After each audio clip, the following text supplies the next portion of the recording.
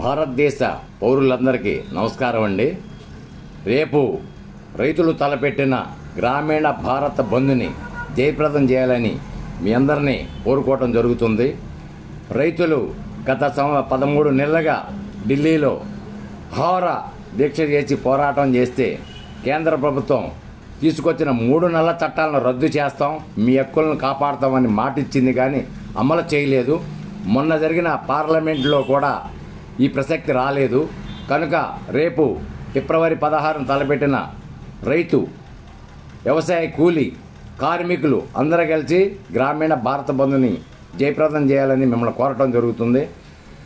అన్నం పెట్టే రైతుని ఈ కేంద్ర ప్రభుత్వం పట్టించుకోకుండా కార్పొరేట్ సంస్థలకు అప్పచెప్పాలని, పెట్టుబడిదారుల చేతుల్లోకి ఈ దేశాన్ని తీసుకెళ్లాలని అనేక కుతంత్రాలతో ప్రయాణం చేస్తున్న ఈ ప్రభుత్వానికి బుద్ధి చెప్పాలంటే రేపు బంద్లో ప్రతి ఒక్క పౌరుడు, భారతదేశ పౌరుడు పాల్గొని విజయవంతం చేస్తే మనం కేంద్ర ప్రభుత్వం మెడలు వంచి రైతును కాపాడినోడం అవుతాం, వ్యవసాయ కూలీని కాపాడినోడం అవుతాం.